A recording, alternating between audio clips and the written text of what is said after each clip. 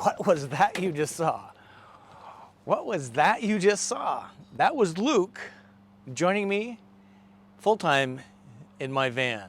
Today, I'm going to give you some best practices I've learned from living with a cat in an RV, a Class B RV van, for over a year now, and my recommendation on how to avoid litter box problems.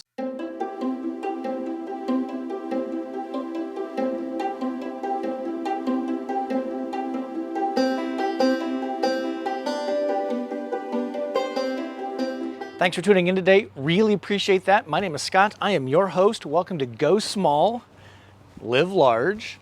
This is a YouTube channel dedicated to the RV lifestyle, in particular the Class B RV lifestyle. That would be living in a van. I've been full-time in my Winnebago Travato, which is a 21-foot camper van. G is the floor plan. L is for a Volta lithium system enabled in my Travato. Been full-time in this since February 2019. Luke, my cat, has been with me since July of 2019.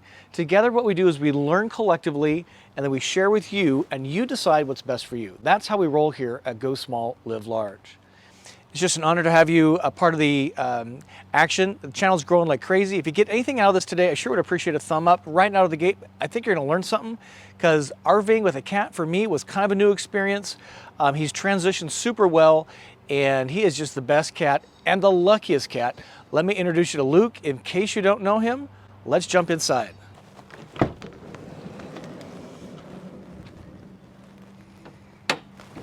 And there he is. There's Vanlife Luke. And this is his favorite spot when we are stationary. And that would be in the driver's seat, whether it's spun around like it is currently or if it's facing forward. He really likes this spot. When we're in motion, he likes to be in his cat bed in the passenger seat. Now, I don't spin this seat around very often because of all the stuff up here. I got cowboy boots, his bed's clearly some paperwork. But when we're in motion, he likes to be in here nearly all of the time. So a lot of times when we roll into a new space, what he does is he sits right here to kind of examine and sniff out the area. And it's super cute when he's sitting here. I have his food bowls right here. These are rubber food bowls. They are non-slippery. I have available dry food and water for him all the time. This does not spill unless I snag the rug somehow, but this works really well for him, and he really enjoys it. The other place that he likes to go is right here, which is kind of interesting. Don't judge me on my wine box. But yeah, he likes to go here and kind of lay or indicate to me that he is ready for supper, and this is the shelf on my GL floor plan. You might be wondering, where is the litter box? And that would be a good question. So here's how I do the litter box. When I am not in motion, I put the litter box in the bathroom. Yes, why? Because I don't want to look at it. It frees up some additional space and it fits perfectly in here. And what's nice is I've been able to train him, well, train's the wrong word, but been able to gauge his feeding habit so that he is actually going number 2 in his box in the early morning, around 6 a.m., 7 a.m. I'm usually up, which means I can vent the odors when he's been done with his business right out of the bathroom here, so it doesn't fumigate the rig, which is terrific. Now at night, what I do is I put the litter box right here. The bed goes down so he can access the litter box during the night if he needs to use it. And then it would fit, again, right here in the evening with the bed down. Now, if I want to use the restroom and the litter box is in here, it's a little bit of a yoga move to get over it, to stand in front of the toilet or whatever. If I'm going to go number 2 myself, I actually move it out here just to make some extra space in there. It's kind of common sense, right? But that's, many of you have asked how I deal with the litter box, and that's how I store it. When it's in motion, it goes in here. When I'm stationary, it goes in here. At night, it goes right there. So let me show you a little food storage RV hack that I learned that's working out really well for me. It's right back here. Let's check that out. So I store the food right back here. This is the food he uses. So I use Purina One. It's sensitive skin and stomach food. I have a little grippy clip thing that holds it. It's really nice. There's some cat treats. This is the hack I wanted to show you here. So he loves Fancy Feast, and it's kind of a hassle to stack them. I've tried that. It's kind of a hassle to get them in and outside the box. So what I've done is I've actually cut with scissors a slit in the side of the box here. so I can access a can of food really easily, and it does not fall out when I open up the cupboard after the rig's been in motion. So that works really well. So that would be a recommendation for you, is to try this, cut a little slit in the end of the box, and then access the food directly from that. Now back here is another really great thing you're going to want to do, and that is get a collapsible pet carrier. This is clearly from Southwest Airlines. You saw that in the initial video. We bought this thinking it was going to be a one-time deal. We use this thing all the time. It folds down super thin. I keep his rug in here.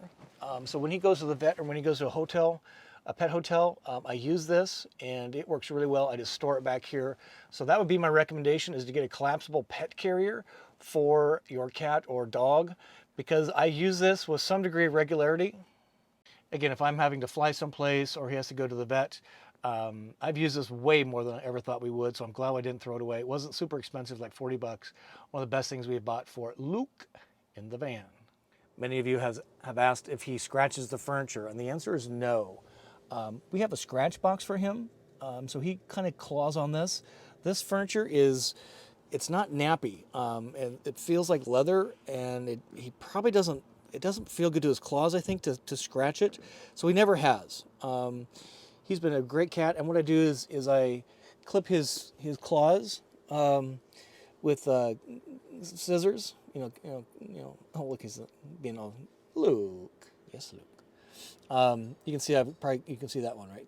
So I just keep these trimmed real short, so he doesn't snag the furniture, which is what happens here if he has really sharp claws. So I just keep him really closely trimmed, and that works really well.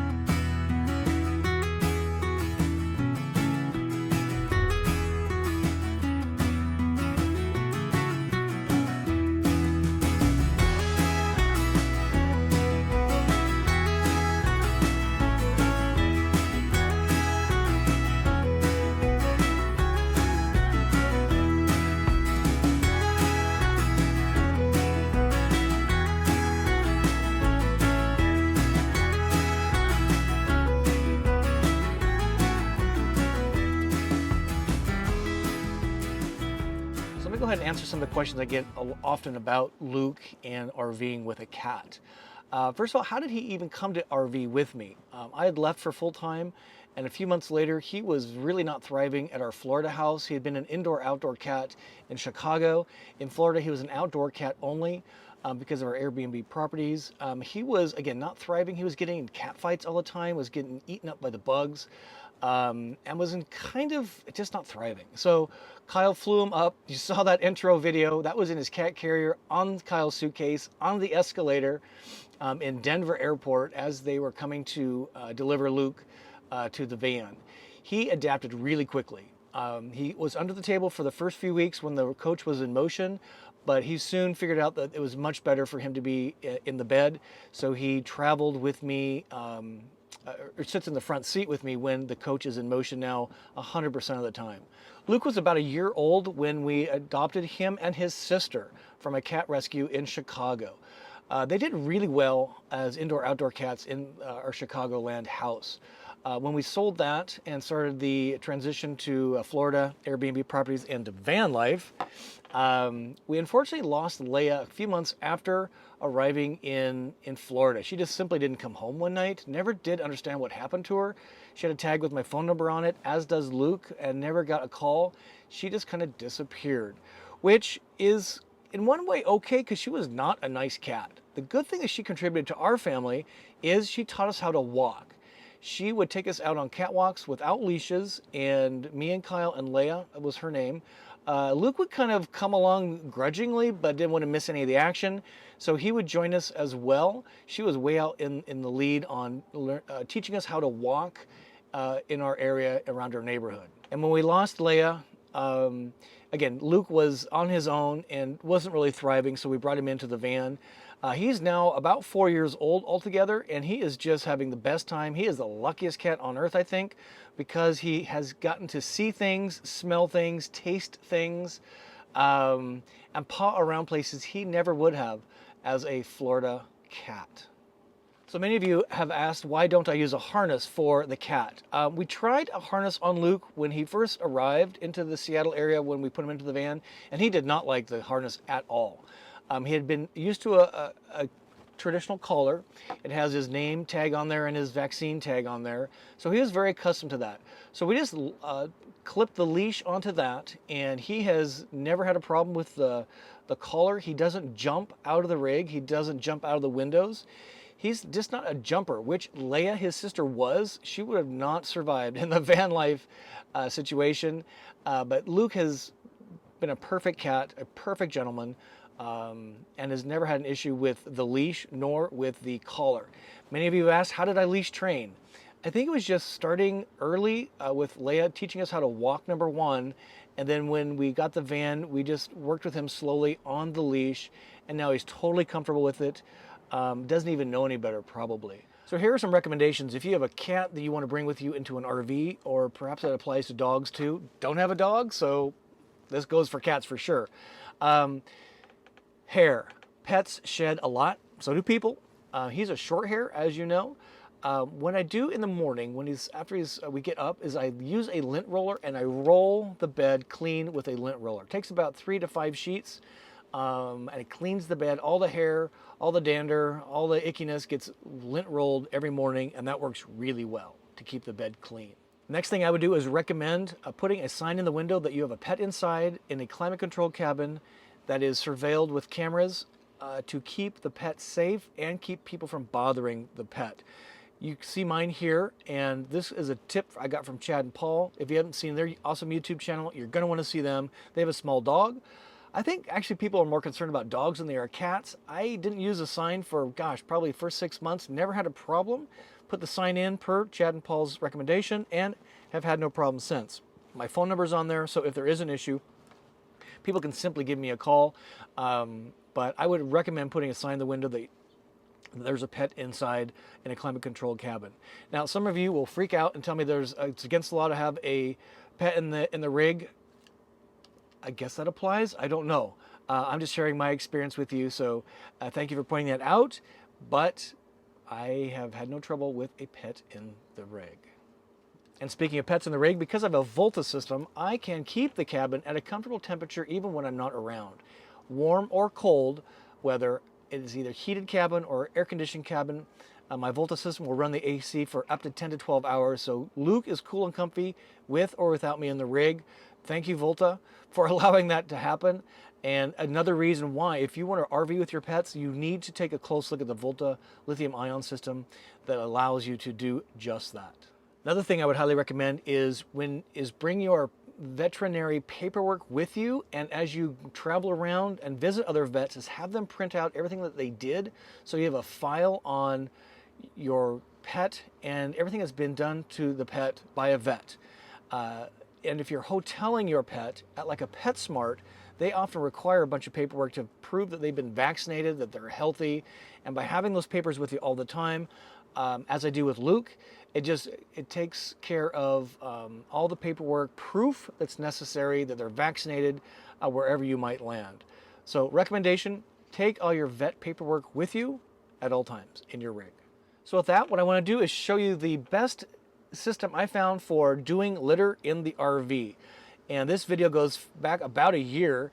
It was videotaped in Joshua Tree near Palm Springs, California. The thing is that my neighbor just across the lot here, Mike and Jane, which also happen to be Go Small Live Large viewers, which is extremely cool, turned me on to a product that solved the problem that I'm just constantly dealing with, and it's just really becoming frustrating. And that is the litter everywhere in the van. And even though I have a small vacuum and I'm vacuuming 2 and 3 times a day, if not more, plus sweeping, every time Luke uses the facilities, he tracks this litter literally all over the van, and it's really becoming a headache. This is sand, but it's in the cracks in the furniture, or the upholstery. It's in here.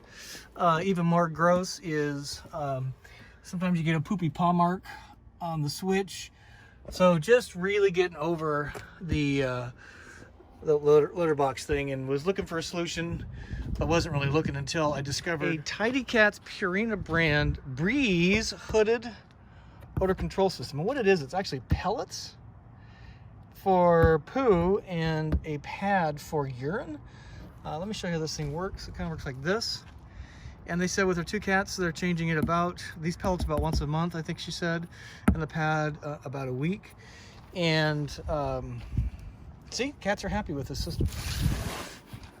And again, the way it works is that the urine flows through the pellets to the pad absorbs, and then the solids are then just collected like normal. But what doesn't happen is there's no tracking of these pellets through the van.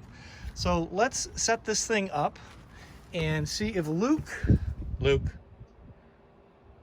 likes his new bathroom, because this thing is giving me all kinds of problems.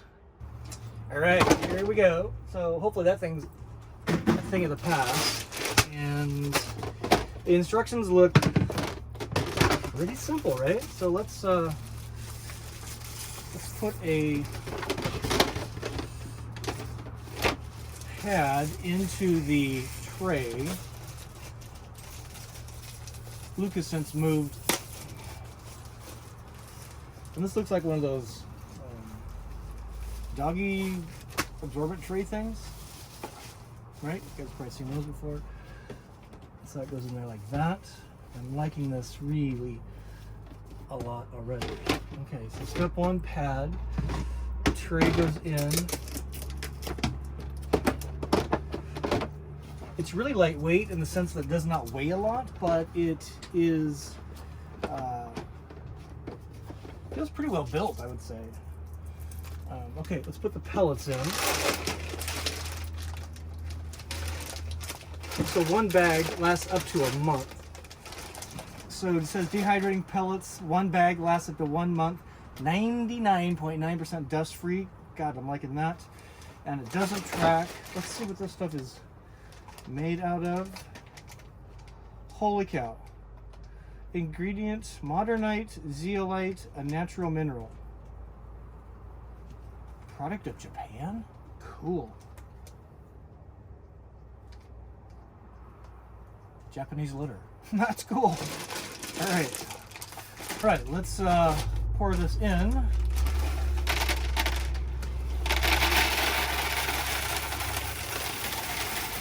Luke, your new litter box.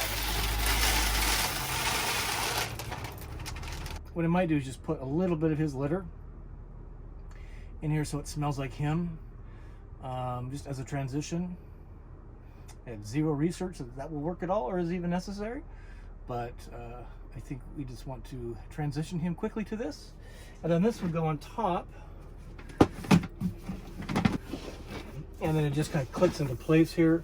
Give it a good push like that, and that's apparently all that there is to it. So Luke, what do you think? Luke, your new litter box. Luke, what do you have to say, Luke? Not very impressed. All right, let's put just a little bit of litter in there so he knows it's his. From that ugly boy, we'll save that for the next day or two. Hello, vacuum. Hopefully not have to use you a whole lot anymore. All right, so let's call that a success for now. So if you're learning anything, I sure would appreciate a thumb up. That helps me know you like this. It helps others find the channel, helps YouTube know that you liked it, and they will recommend it for other people. I'm curious, comment below, please. Are you RVing with a pet? Do you plan to RV with a pet? And what tips have I missed so far, particularly on cats? That's my only experience. Don't have a dog. So comment below. Again, what best practices, tips, tricks do you have for your pet RVing with? And put those down below. And if you haven't subscribed to the channel, I sure would appreciate you becoming a subscriber to the channel. It costs you nothing. And if you click the notification bell, YouTube will hit you up with an email that, hey, Scott at Go Small Live Large has posted a new video, and that way you don't miss a single thing with me or Luke. So I hope you enjoyed that video. I just love that Breeze litter box system, and I highly recommend it. Replace your clumping litter with the Breeze system. And also, oh, Yes, sir. He's moaning. Luke! And also, they're kind of hard to find, those pellets, but Walmart sometimes has them. Petco, PetSmart actually have them all the time. And I'll link them here in my Amazon store, in my Get Gear. That helps kind of contribute to the channel a little bit with a little bit of a... Oh, look, he's showing off for you. Help support Luke. Luke needs to eat, right? Me too. So again, just really appreciate you tuning in today. Hope you got something out of that. If you did, again, please give it a thumb up. That helps us know you liked it. And Luke likes paws up too, so help us with that. And until we see you soon, I wish you to journey on.